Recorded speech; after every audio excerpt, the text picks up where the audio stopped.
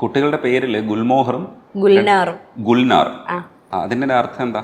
ഗുൽനാർ മാതളത്തിന്റെ പൂവാണ്. ഓ, അതാണ് ഗുൽനാർ. അറിയില്ല കേട്ടോ. ഗുൽമോഹർ മാത്രമേ അത് സോക്കോൾഡ് ആയതുകൊണ്ട്. രണ്ട് പൂക്കളാണ്. ഞങ്ങളുടെ ഒരു കോമ്രേഡും പണ്ടൊരിക്കൽ പറഞ്ഞു, പൂക്കാല പൂന്തോട്ടാവാതിരുന്ന കൊള്ളാം.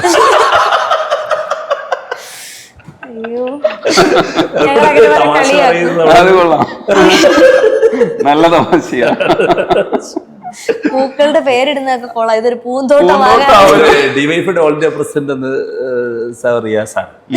അപ്പോ ഇയാള് ഷൈൻലാല് പറയാ, ഭയങ്കര തമാശക്കാരനാണ്, ഭയങ്കര രസമാണ്. അതുകൊണ്ട് വളരെ ഗൗരവത്തിലാണ്. അഖിലേന്ത്യാ നേതൃത്വത്തിന്റെ ശ്രദ്ധയിലൊരു കാര്യം പെടുത്താനുണ്ട് എന്ന് പറഞ്ഞിട്ട് വേറെ കുറെ പറഞ്ഞു. എന്നിട്ട് ബാക്കിയാണ് പറഞ്ഞത്. പൂവിന്റെ പേരാണ് എടുത്തത്. ഇത് രണ്ടാമതൊരു പൂവായിട്ടുണ്ട്, ഒരു പൂന്തോട്ടം. രസമുള്ള തമാശകളാണ്. അപ്പൊ രണ്ടും പൂക്കളുടെ പേരാണ്. ഫ്രഷ്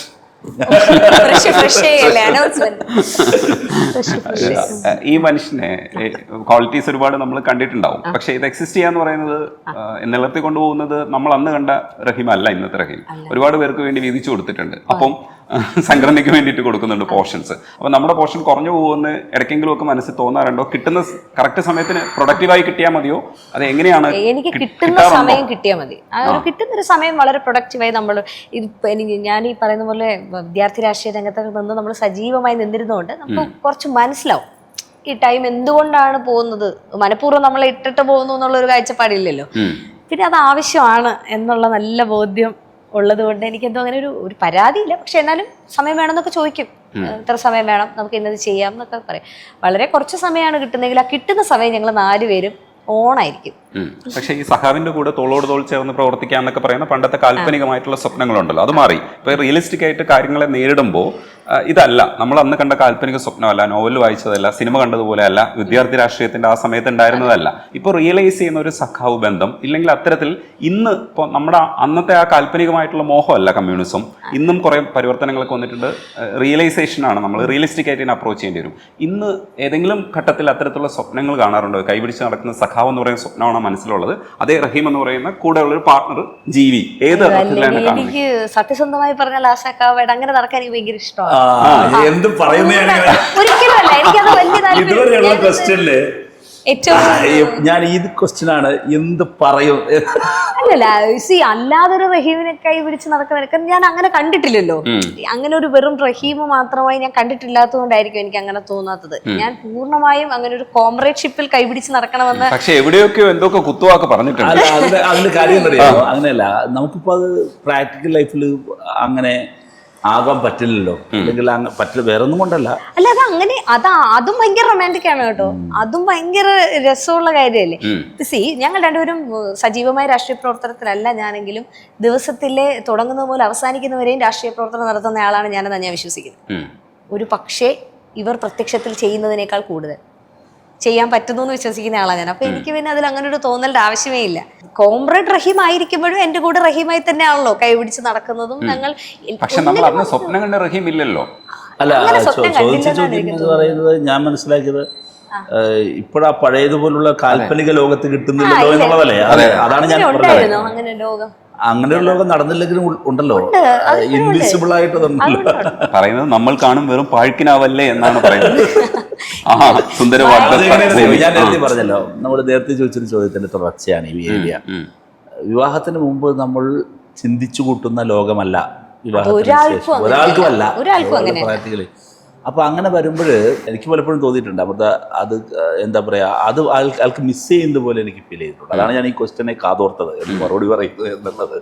അത് എന്നോട് പറയാറുണ്ട്, ഇങ്ങോട്ട് മിസ് ചെയ്യുന്നു. പക്ഷേ അതല്ലല്ലോ നേരത്തെ പറഞ്ഞതുപോലെ. നമുക്ക് ഇപ്പം നമുക്ക് വേറെ എന്നാൽ പിന്നെ കുറച്ച് അഭിനയിച്ച് കളയാമെന്ന് പറഞ്ഞ് കുറച്ച് നടക്കില്ലല്ലോ, നടക്കാത്ത കാര്യമല്ലേ, കാര്യമില്ലല്ലോ. പക്ഷെ ഒരു കാര്യമുണ്ട്, ഞാൻ എനിക്ക് അങ്ങനെ വളരെ, അതായത് ഇപ്പൊ ഈ പറയുന്ന പോലെ ഒരു നമ്മുടേതാ ഒരു പേഴ്സണൽ ടൈം ഒന്നും കിട്ടുന്നില്ലെങ്കിൽ എനിക്ക് മിസ് ചെയ്താൽ ഞാൻ അങ്ങനെ തന്നെ പറയാറുണ്ട്.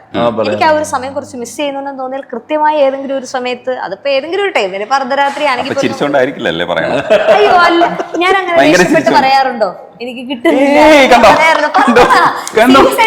ആത്മാർത്ഥമായിട്ട് പറയും.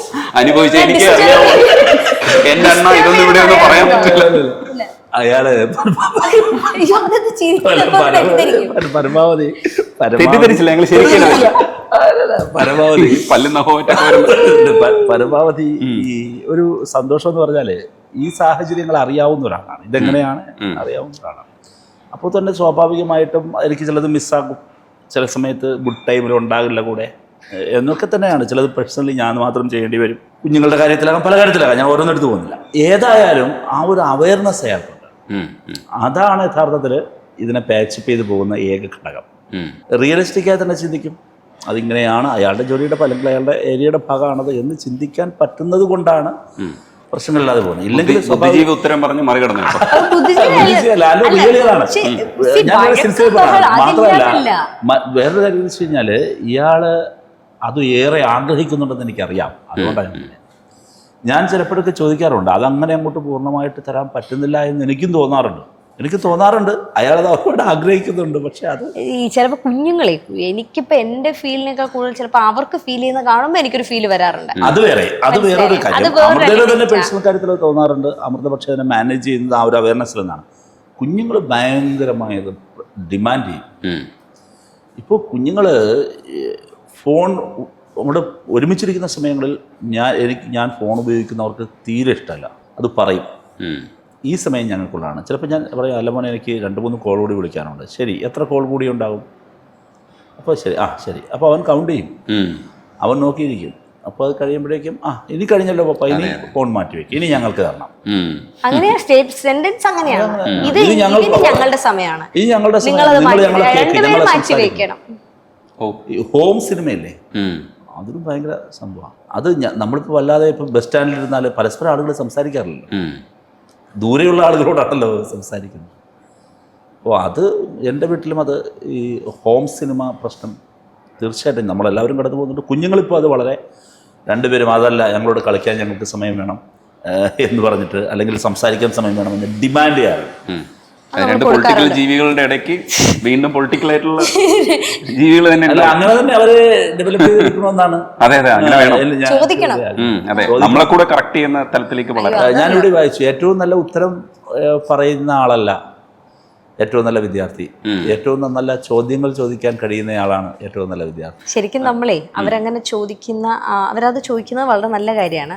നമ്മൾ അങ്ങനെ കൂടി അവരുടെ സമയം അവർക്കായി തന്നെ, നമ്മൾ ഈ ക്വാളിറ്റി ടൈം എന്നൊക്കെ ടേം ഇട്ട് വിളിക്കുമെങ്കിലും യഥാർത്ഥത്തിൽ അത് ക്വാളിറ്റിയിൽ കൊടുക്കാൻ പറ്റിയില്ലെങ്കിൽ ഏറ്റവും വലിയ അരാഷ്ട്രീയവാദി നമ്മുടെ വീടുകൾക്കുള്ളിൽ വളരാൻ സാധ്യതയുണ്ട്.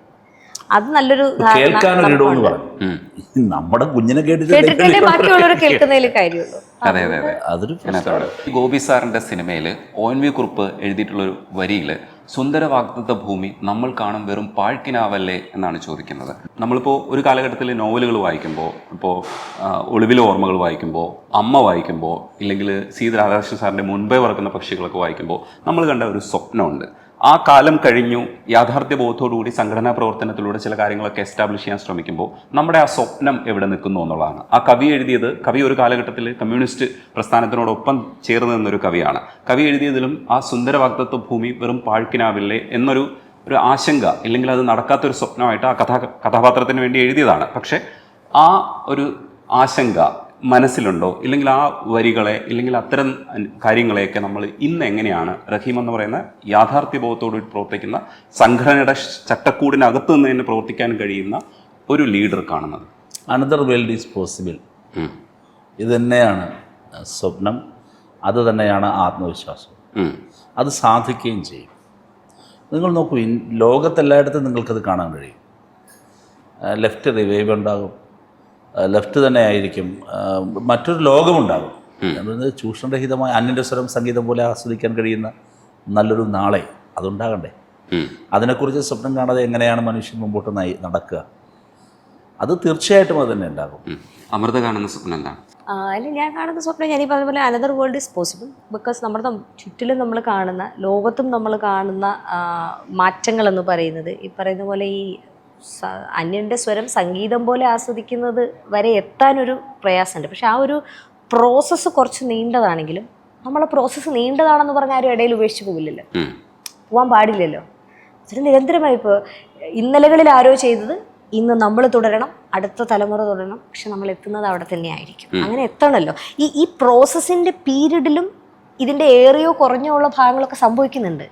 അന്യൻ്റെ സ്വരം സംഗീതം പോലും നിങ്ങൾ ആസ്വദിച്ചില്ലെങ്കിലും അന്യൻ്റെ സ്വരം കേൾക്കാനെങ്കിലുമുള്ള സ്പേസ് ഈ പ്രോസസ്സിനിടയിൽ കിട്ടുന്നുണ്ട്. അതിപ്പോഴും നടക്കും. ഇപ്പം ഞാൻ കാണുന്ന സ്വപ്നത്തിലും ഈ പറഞ്ഞതുപോലെ അതൊരു പാഴ്ക്കിനാവല്ല, നല്ല കിനാവാണത്. ആ കിനാവ് കാണുന്നവനെ അവിടെ എത്താൻ പറ്റുള്ളൂ. അപ്പം അത് ആ കിനാവ് ഈ നമ്മുടെ ലോകത്തില്ലെങ്കിൽ അല്ലെങ്കിൽ മണ്ണിലില്ലെങ്കിൽ ഉണ്ടാകുന്ന അവസ്ഥയെക്കുറിച്ച് ആലോചിച്ചാൽ മതി അല്ലേ. അപ്പം ഞാൻ ഇല്ലാത്തൊരവസ്ഥയെക്കുറിച്ച് ആലോചിക്കുമ്പോൾ എനിക്കത് ഉണ്ടാകണമെന്ന ആഗ്രഹമാണ്. ഇതൊന്നും ഇല്ലാത്തൊരു ലോകം, അങ്ങനെ സ്വപ്നം കാണുന്നവരില്ലാത്ത, ഇനി സമരങ്ങളില്ല, സമരസപ്പെടലേ ഉള്ളൂ എന്നാണ് സോവിയറ്റ് യൂണിയൻ്റെ തകർച്ചയ്ക്ക് ശേഷം മുതലാളിത്തം പറഞ്ഞത്.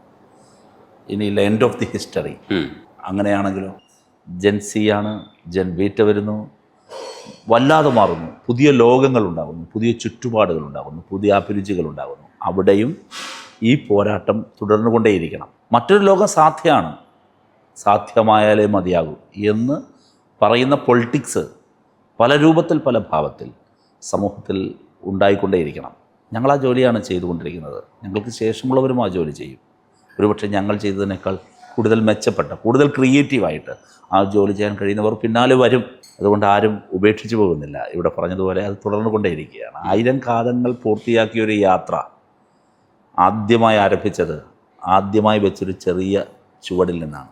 നമ്മൾ ഇരിക്കുന്ന വലിയ കെട്ടിടം പണിതുയർത്തിയത് എവിടെയോ വെച്ചാൽ ഇതിൻ്റെ മൂലയിൽ വെച്ചൊരു ചെറിയ മൂലക്കല്ലല്ലേ. അപ്പോൾ അത് തുടങ്ങാനുള്ള തീരുമാനമില്ലായിരുന്നുവെങ്കിൽ, ആ ചെറിയ മൂലക്കല്ല് വെച്ചിരുന്നെങ്കിൽ, അവിടെ നിന്ന് തുടങ്ങിയില്ലായിരുന്നെങ്കിൽ ഈ കെട്ടിടമില്ലല്ലോ, നമ്മളിരിക്കുന്ന ഇൻഫ്രാസ്ട്രക്ചർ ഇല്ലല്ലോ. യാത്രകളും അങ്ങനെ തന്നെയാണ്. അപ്പോൾ തുടർന്നു കൊണ്ടേയിരിക്കുക എന്നുള്ളതാണ് ലക്ഷ്യം. Another world is possible. അത് തന്നെയാണ് ആത്മവിശ്വാസം. തീർച്ചയായിട്ടും അന്യനെ കേൾക്കാൻ കഴിയുന്ന ഒരു ജനാധിപത്യ ലോകം പുലരട്ടെ, അത് കൂടുതൽ കുറ്റമറ്റതായി മാറട്ടെ. നന്ദിയുണ്ട് സംസാരിക്കാൻ. Thank you.